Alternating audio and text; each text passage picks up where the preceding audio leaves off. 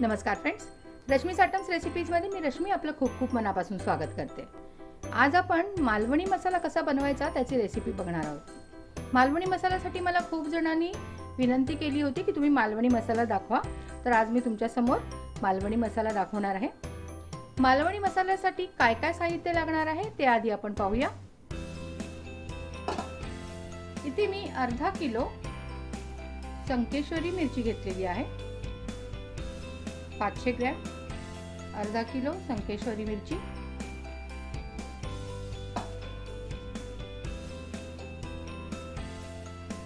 पांडी मिरची मी 250 ग्रॅम घेतलेली आहे,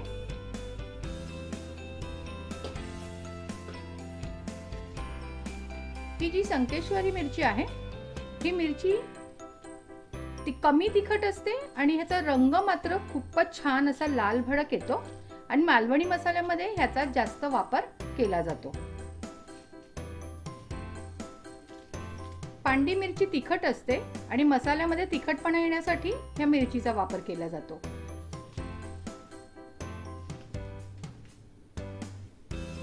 इथे आता धणे घेतलेले आहेत 150 ग्रॅम, हळकुंड 25 ग्रॅम, जिरं 25 ग्रॅम, जायपत्री 10 ग्रॅम, दगडफूल 20 ग्रॅम, काळी मिरी 50 ग्रॅम, खसखस 25 ग्रॅम, मायपत्री 10 ग्रॅम, खडा हिंग 10 ग्रॅम, बडीशेप 50 ग्रॅम, लवंग 25 ग्रॅम, चक्री फूल 25 ग्रॅम, एक जायफळ, दालचिनी 25 ग्रॅम, शहाजिरे 10 ग्रॅम, नागकेशर 10 ग्रॅम, मसाला वेलची 10 ग्रॅम, छोटी वेलची 10 ग्रॅम, मोहरी 25 ग्रॅम, त्रिफळ 10 ग्रॅम, मेथी 5 ग्रॅम आणि तेजपत्ता 20 ग्रॅम। हे सारे गरम मसाले घेतलेले आहेत। हे सारे गरम मसाले तुम्हाला निदान 2 दिवस तरी उन्हामध्ये ठेवून गरम करून घ्यायचे, उन्हामध्ये तापले पाहिजे, म्हणजे आपला मसाला जो आहे तो जास्त काळ व्यवस्थित टिकतो।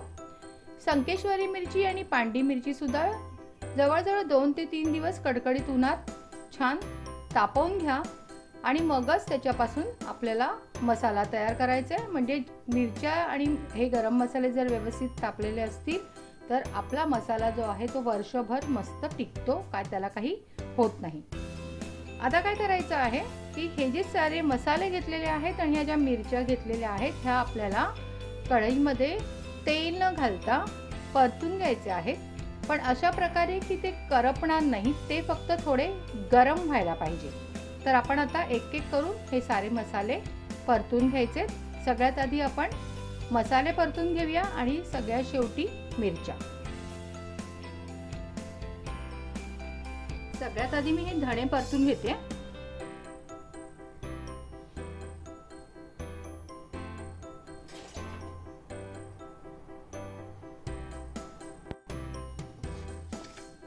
लक्षात ठेवायचं आहे आपल्याला धणे करपवायचे नाहीयेत।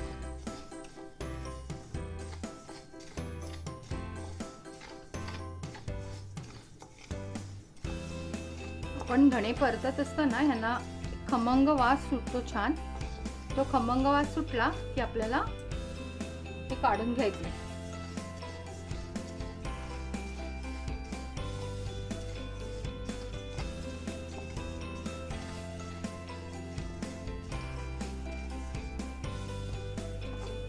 धण्यांना आता छान खमंग वास सुटलेला आहे, हे छान गरम झालेत। आता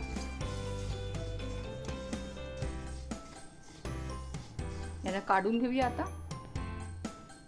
आता मी जिरं भाजून घेते।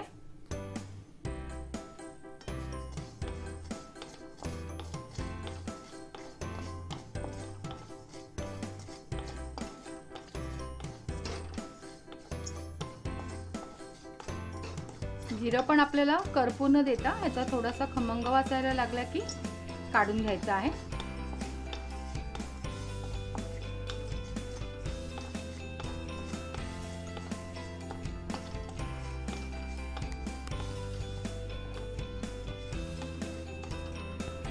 आपलं जिरं परतून झालंय, मी काढून घेते. शहाजिरं घेतलेलं आहे मी.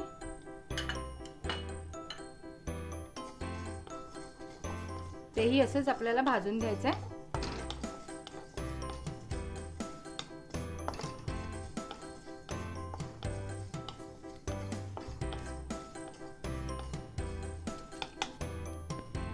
क्षमा करा, हे मी जिरं घेतलं होतं, चुकून मी शहाजिरं बोललेली आहे. आपलं हे जिरं पण आता छान भाजून झालंय, मस्त वास सुटला ह्याला. हे पण आता काढून घेऊया.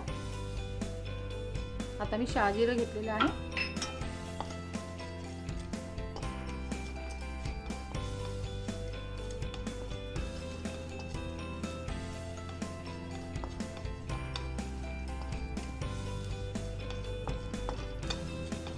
बारीक असल्यामुळे पटकन भाजून होतं. हे पण आता काढून घेऊया.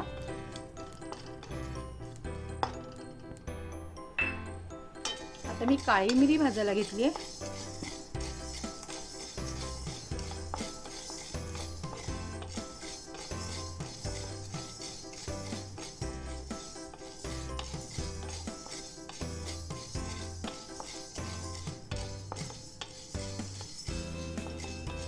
मसाला बनवण्यासाठी आपण जेव्हा हे खडे मसाले, अख्खे मसाले भाजतो, त्यांना कधी करपू द्यायचं नसतं. ह्यांना फक्त गरम करायचं असतं. थोडा खमंग वास सुटला की लगेच आपल्याला काढून घ्यायचे.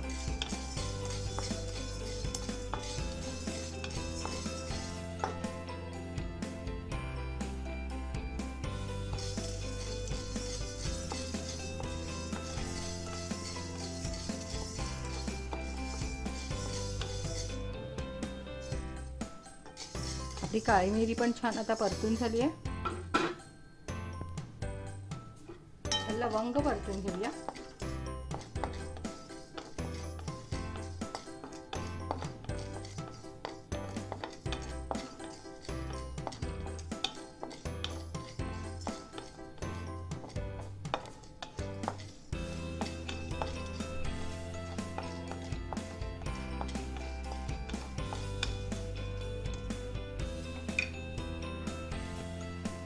आपलं लवंग सुद्धा भाजून झालेलं आहे. चक्री फूल भाजून घेऊया.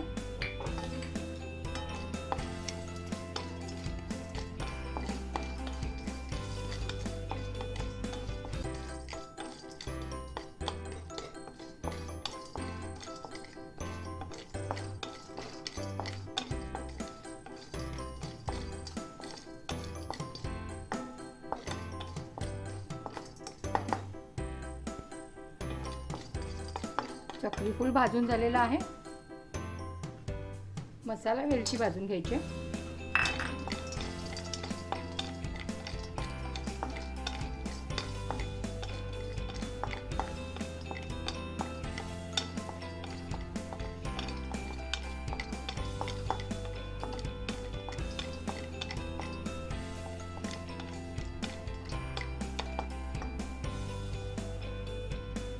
मसाला वेलची सुद्धा भाजून झालेली आहे.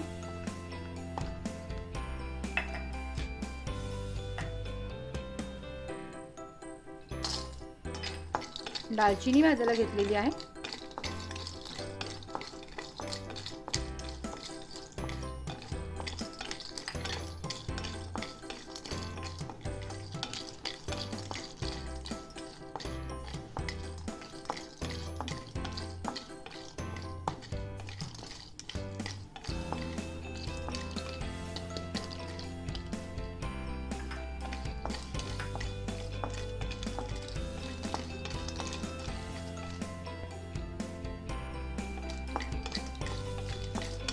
दालचिनी आता परतून झालेली आहे. दगडफूल परतून घ्यायचं. हे फटाफट परतून घ्यावं लागतं.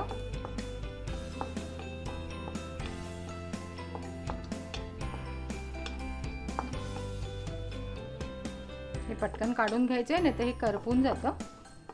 हे काढून घेऊया.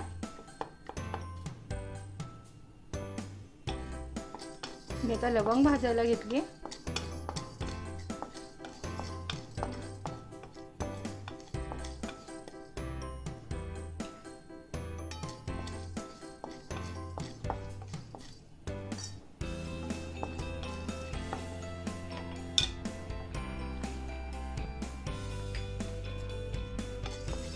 तर नागकेशर भाजून घेते.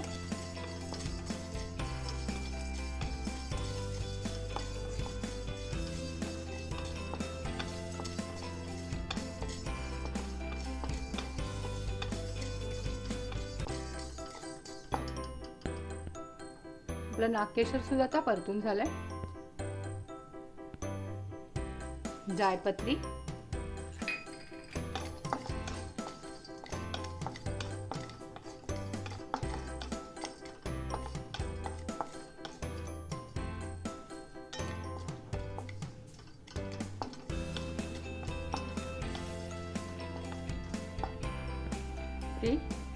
जायपत्री पण आता परतून झालेली आहे.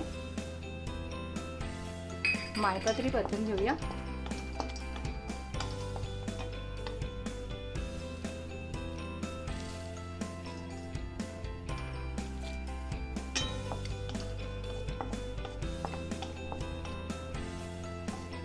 हे मी तुम्हाला दाखवायचं आहे म्हणून वेगवेगळे सगळं भाजून दाखवते आहे. पण जसं जिरं आहे, शहाजिरं आहे, मेथी आहे, असे पदार्थ तुम्ही एकत्र भाजलेत तरी पण काही हरकत नाही. फ्रेंड्स, आपली मायपत्री पण झाली आहे. करपाला द्यायची नाही, काढून घेते मी पटकन.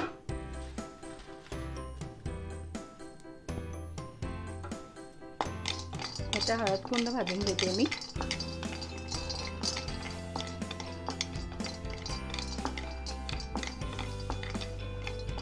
हे थोडं 2 मिनिटं गरम करायला लागतं.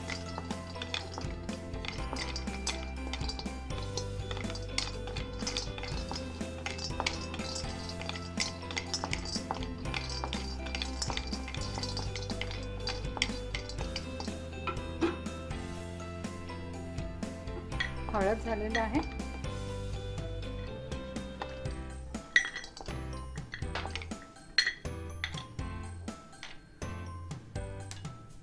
मी जायफळ फोडून त्याचे तुकडे केलेत. एक जायफळ घेतलं होतं मी, त्याला पण असंच आता थोडं गरम करून घ्यायचं.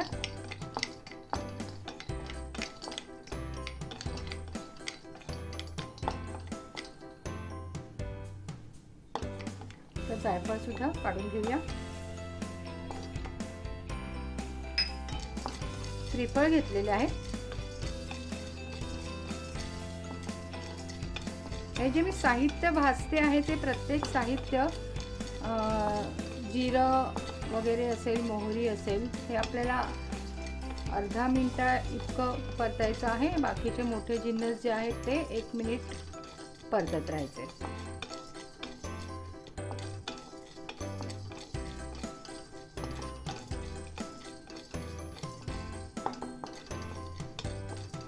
श्रीफळ पण काढून घेऊया. मी वेलची परतून घेते.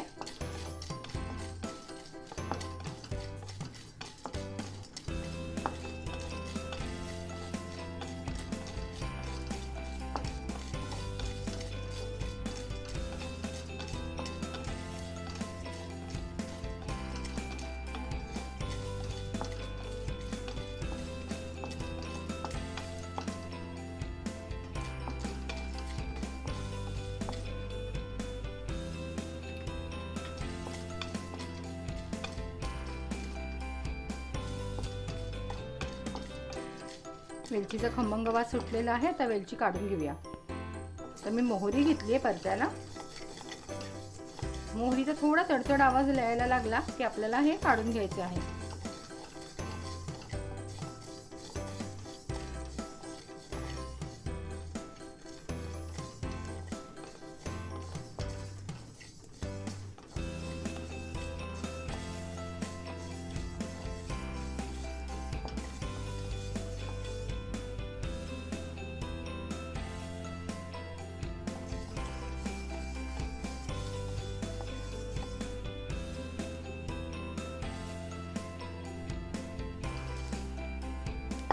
मोहरी तडतडायला लागली आहे. ती पण आता आपण काढून घेऊया.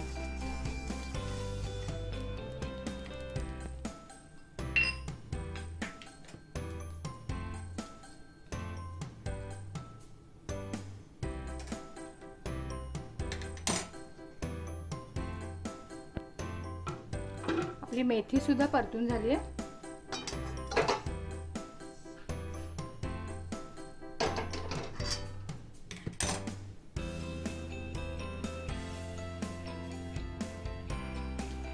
आता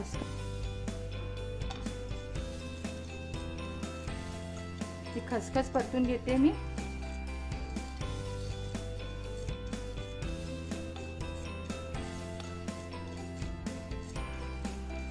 खसखस पण करपू न देता गरम झाली की काढून घ्यायची।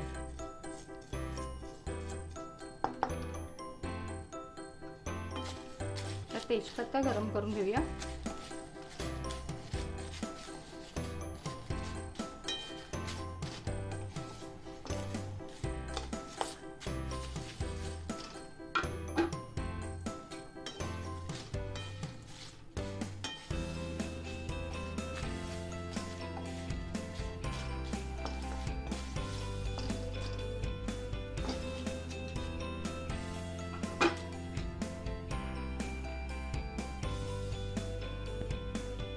तेजपत्ता पण छान गरम झालेला आहे, याला पण काढून घेऊया। तर हिंग परतून घेते।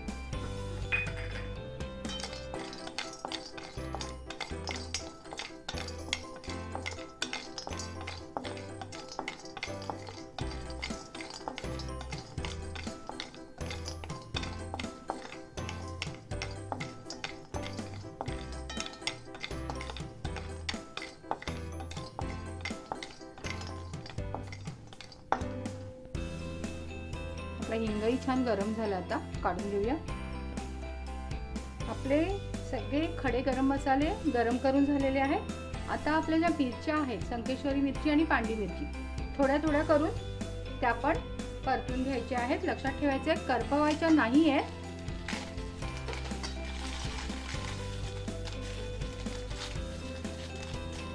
थोड्या थोड्या करून त्यांना व्यवस्थित परतून घ्यायचं आपल्याला।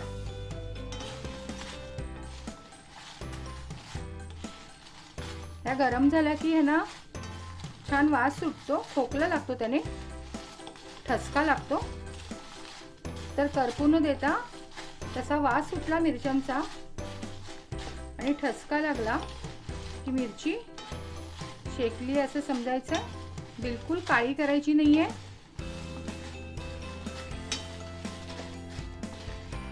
गॅसची फ्लेम जी आहे मी मध्यम आचेवर ठेवलेली आहे आणि सतत असं हलवत राहायचं आहे।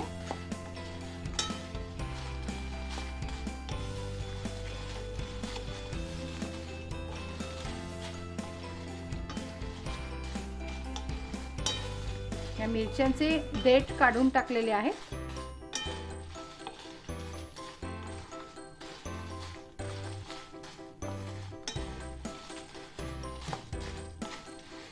जास्त करपू न देता मिरची आता मी काढून घेते। अशाच प्रकारे जेवढी पांडी मिरची घेतलेली आहे ती सगळी परतून घ्यायची आहे। ही सगळ्या पांडी मिरच्या भाजून घेतलेल्या आहेत। आता संकेश्वरी मिरच्या भाजून घेते। ह्या पण आपल्याला थोड्या थोड्या करून भाजून घ्यायच्या आहेत। यांना पण करपवायचं नाहीये।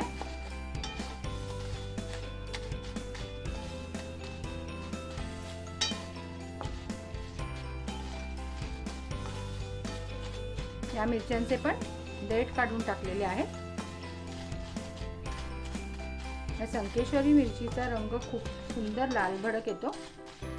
मालवणी मसाल्यामध्ये नेहमी संकेश्वरीचा वापर जास्त प्रमाणात केला जातो आणि तिखट पणासाठी पांडी मिरचीचा वापर करतात। तुम्हाला जर जास्त तिखट हवं असेल, अजूनही तिखट आवडत असेल तर 100 ग्रॅम किंवा 50 ग्रॅम लवंगी मिरची घातली तरीही चालते।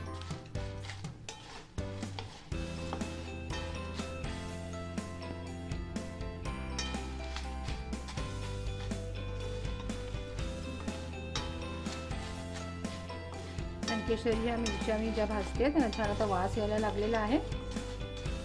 वास यायला लागल्यावर आपल्याला ठसका लागल्यासारखा होतो। तर मी काढून घेते आणि अशाच प्रकारे सगळ्या संकेश्वरी मिरच्या आपल्याला भाजून घ्यायच्या आहेत।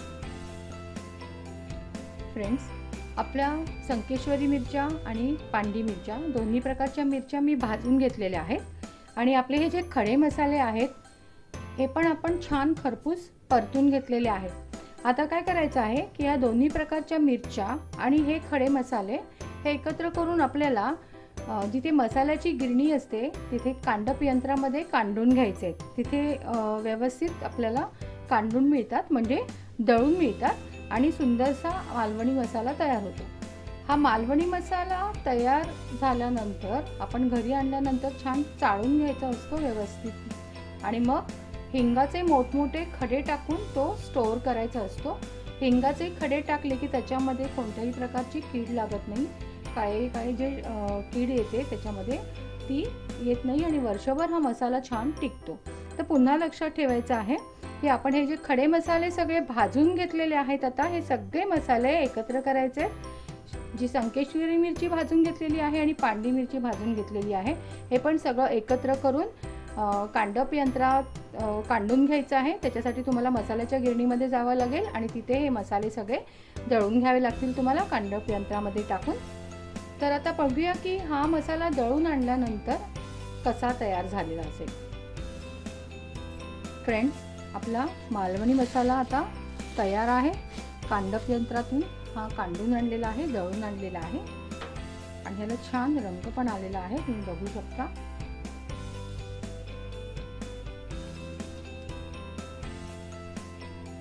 हा मसाला तुम्ही घट्ट झाकणाच्या डब्यामध्ये किंवा काचेच्या बरणीमध्ये, जे हवाबंद काचेच्या बरणीमध्ये भरून ठेवू शकता आणि तो भरत असताना मसाल्याच्या मध्ये मध्ये असे मोठमोठ्या आकाराचे हिंगाचे खडे जर टाकलेत तर मसाला तुमचा खराब होणार नाही. फ्रेंड्स, मालवणी मसाला ही माझी रेसिपी तुम्हाला आवडली असेल तर प्लीज लाईक करा, शेअर करा आणि माझे चॅनल सबस्क्राईब करा. सबस्क्राईबच्या बाजूला बेल आयकॉनचं बटन आहे, ते प्रेस करायला मात्र विसरू नका. लवकरच मी आणखीनही वेगवेगळे मसाले तुम्हाला दाखवणार आहे. तर माझे व्हिडिओ पाहत राहा आणि लाईक करत राहा. धन्यवाद.